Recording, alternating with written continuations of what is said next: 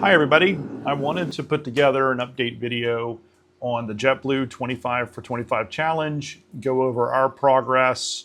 I'll also do a little bit of a vlog on a few of the airports we've hit. We are currently at 16 flights or destinations completed. So we're definitely on track to be done by the end of the year. I'll go over that here in a moment.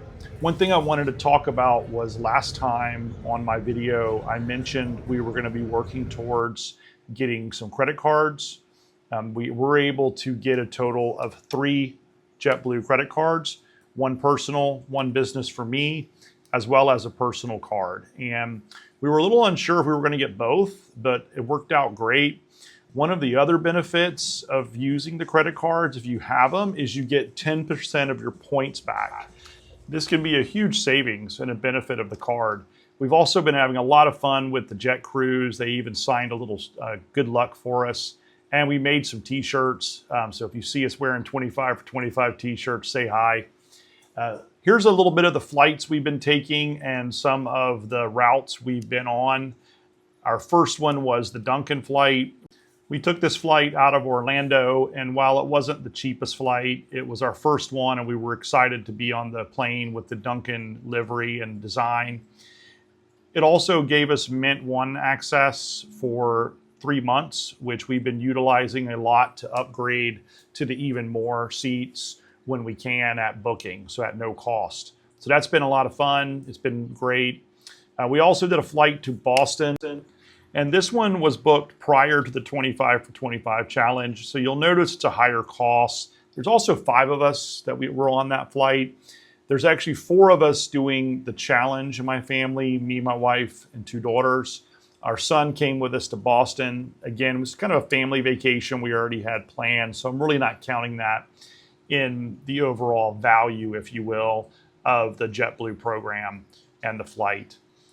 We also did some other flights from JFK to Fort Lauderdale and did some international flights in Santo Domingo and San Juan.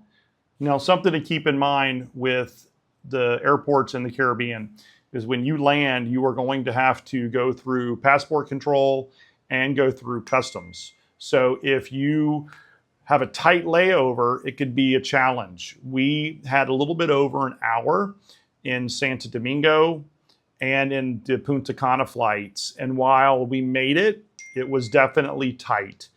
It was a little stressful because we didn't realize we had to go back through all of the security again. And then, we're not fluent Spanish speakers, so there's that.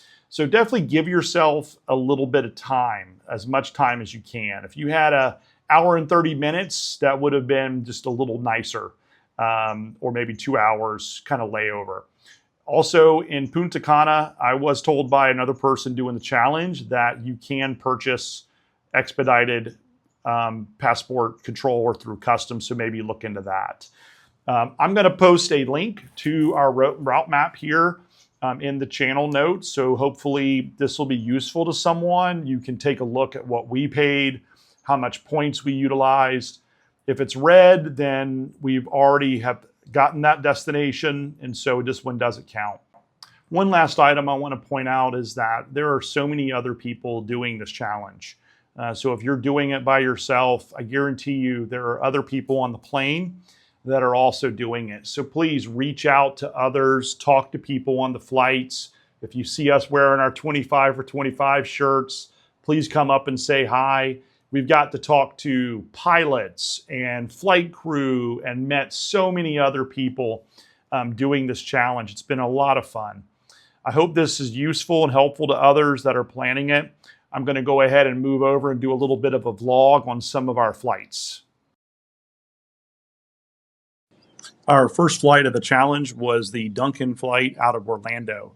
We had never been to Orlando, and it was a very nice airport. We're very impressed with the technology as well as just the cleanliness and the size of it.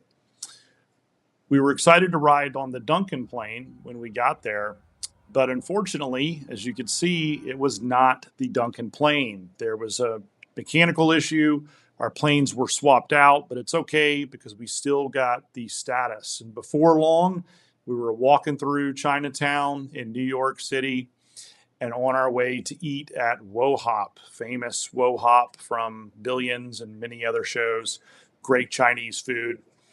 This is a great location, but I will warn you, it's cash only and you have to get there early. So if you're interested in eating at Wohop or really many of the restaurants in Chinatown, make sure you have some cash on you because often they will not take credit cards. Next, we went over to Chelsea Market, which is right across the street from Google. I don't know why I really added that, but I'm a tech guy, so thought it was cool that I saw the Google building. And we had never been to Chelsea Market. And if you don't know, Chelsea Market is a great indoor kind of food hall, lots of different restaurants and different shops. So it's a great place to walk around. Pretty crowded, as you could see, but again, very cool decorations, really cool old school brick buildings that has been kind of refurbished into the Chelsea Market Food Hall. So great place to visit. We, again, only had about 4 hours. So we ran from Chelsea Market to the High Line. And High Line is an elevated kind of walking green space within New York City. So this used to be a railroad line, elevated railroad, and they have completely transformed it into a pretty cool walking area. Lots of green space, as you can see. Very nice to go visit. It's about 3 miles long. Next thing, we were at Mud Coffee, which is supposed to be a famous place that my daughters wanted to go because some stars that have eaten there, and Gracie Abrams used to visit there and write songs. And they also had great cappuccinos. From there, we hit a couple of other spots nearby, including a really great flower store that had a cafe in the back. So this had a lot of great coffee. But again, short trip. So before you know it, we're back on the airport, on the air train, back to the airport to head back to Orlando. Now, flight was great. And, again, a little bum that we didn't get to ride on the Duncan plane, but that's okay because we had, before you know it, another flight planned, and we were on our way to Boston. Now, Boston is such a great historic city. There was so much to do there. We spent 5 days walking around the streets and just really enjoying the food and the history and a lot of the great scenery in Boston. So this is one of the famous streets. I forget the name. I'll put it in the comments or down in the description.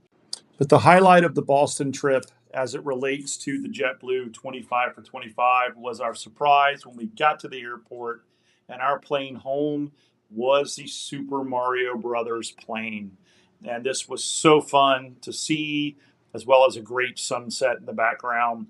My wife almost tripped me and knocked herself over. She was so excited when she saw the Mario plane.